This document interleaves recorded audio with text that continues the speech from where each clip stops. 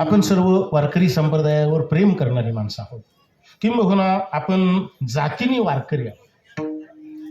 सद्गुरू जोग महाराजांच्या परंपरेतील सद्गुरू बंकट स्वामी महाराज यांनी हा महाराष्ट्रामध्ये वारकरी संप्रदाय आणला.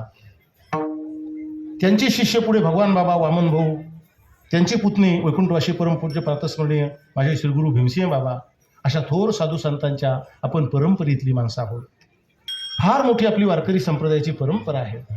आणि या वारकरी संप्रदायाच्या कलशस्थानी असणारे जगद्गुरू संत श्रेष्ठ तुकाराम महाराज यांच्या जीवनाचा जर विचार केला तर तुकोबरायांनी खूप परमार्थ केला. आणि ते परमार्थ करत असताना, परमार्थिक साधना करत असताना त्यांनी 3 स्थळं निवडले. बारकाईने ऐका, थोडंसं 2 मिनिट घेतोय, ऐका. फार महत्वाचं आहे ते तुमच्याकरता, सगळ्याकरता, तुमच्या आमच्याकरता, सगळ्याकरता ती महत्वाची बाजू. जगद्गुरू तुकोबरायांनी आपली परमार्थिक साधना, नामसाधना करण्याकरता 3 स्थळं निवडले. त्याच्यातलं पहिलं आहे भांडारा, दुसरा आहे भामचंद्र आणि तिसरा आहे घोराड्या. या 3 डोंगरावर जाऊन गळ्यात विना घ्यावा, हातामध्ये चिपुळ्या घ्याव्यात आणि जगद्गुरू तुकोबरायांनी भजन करावं. आणि एकांत वासामध्ये, तुका म्हणे आमा एकांताचा वास, एकांतात जाऊन भगवंताचं भजन करावं. आणि त्या भजनाचा एवढा अखंड भजन केलं, त्या भजनाचा परिणाम असा झाला की भामचंद्र या डोंगरावरती भगवान परमात्म्याने बाल रूप घेऊन जगद्गुरू तुकोबरायांना दर्शन दिलं, भगवतगुरू तुकोबरायांना साक्षात्कार. अशी ही भामचंद्र भूमी आहे. जगद्गुरू तुकोबरायांचा जर अमेरिकेला इतिहास दाखवायचा असेल तर त्याला आपल्याला भामचंद्र दाखवावा लागेल, भामचंद्र दाखवावा लागेल. त्याच्याशिवाय जगद्गुरू तुकोबरायाची साधना करणार नाही. पण दुर्दैवाचा प्रकार सध्या असा आहे, आजचं जे शासन आहे महाराज, ते शासन स्वतःला हिंदू म्हणून घेतंय.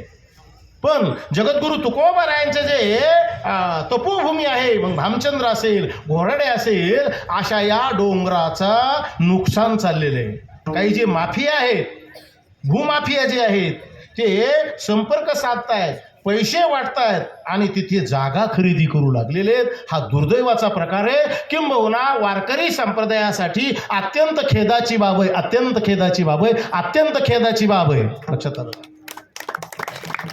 भविष्यात आपल्याला तुकोबराय जर दाखवायचे असतील तर ते भामचंद्र जागला पाहिजे. आणि म्हणून या ठिकाणी एक भामचंद्र संरक्षण समिती निर्माण झाली आहे. त्याचे प्रमुख आहेत श्री हरिभक्तीपरायण मधुसूदन महाराज पाटील. त्यांनी ती संघटित केलेली आहे. आणि या संघटनेला अनेक नेते, उपनेते, अधिकारी, पदाधिकारी आणि वारकरी संप्रदाय या सर्व काही लोक त्या ठिकाणी त्यांना पाठिंबा म्हणून येऊ लागले. त्यामध्ये आपला जो अखिल भारतीय मराठा महासंघ आहे, अखिल भारतीय मराठा महासंघाचे राष्ट्रीय अध्यक्ष दिलीपदादा जगताप यांनी परवा माझी अखिल भारतीय मराठा महासंघाच्या आध्यात्मिक आघाडीचा महाराष्ट्र राज्याचा प्रवक्ता म्हणून नियुक्ती केलेली आहे परवा.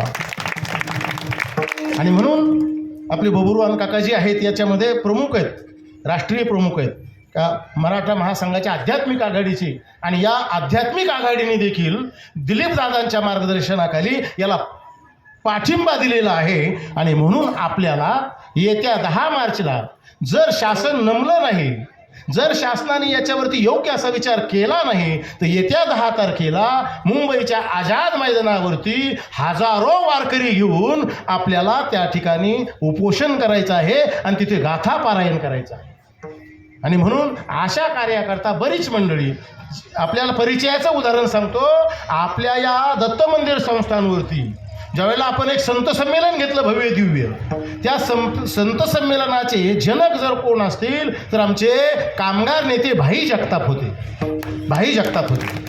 आणि भाई जगतापनी पहिलं संमेलन आपल्या दत्त संस्थांवरती घेतलं. या कार्यक्रमाला काव्यतीर्थ वेदांत वाचस्पती जगन्नाथांना पवारांची उपस्थिती होती. 2 कीर्तन झाले आणि वेदशास्त्र संपन्न प्रल्हाद महाराज शास्त्री यांचं कीर्तन झालं. अशा भाई जगतापनी अनेक संमेलनं घेतले. आणि असे भाई जगतापची सुद्धा कामगार नेते सर्व संघटनेची या आपल्या कार्याला आणि काय झालेले पाठिंबा दिलेला आहे. म्हणून आपल्या सर्व वारकऱ्यांनी सुद्धा या सगळ्या गोष्टीचा विचार करायचा आहे. आणि वेळ पडली तर आलेले कीर्तनकार, गायनाचार्य, वादनाचार्य या सर्वांनी उपस्थित राहायचं या कार्यक्रमाला. आणि आणखी पुढे जाऊन सांगायचं ठरलं तर या महाराष्ट्रात कीर्तन करणाऱ्या कीर्तनकारांनी बर बर, वा वा वा.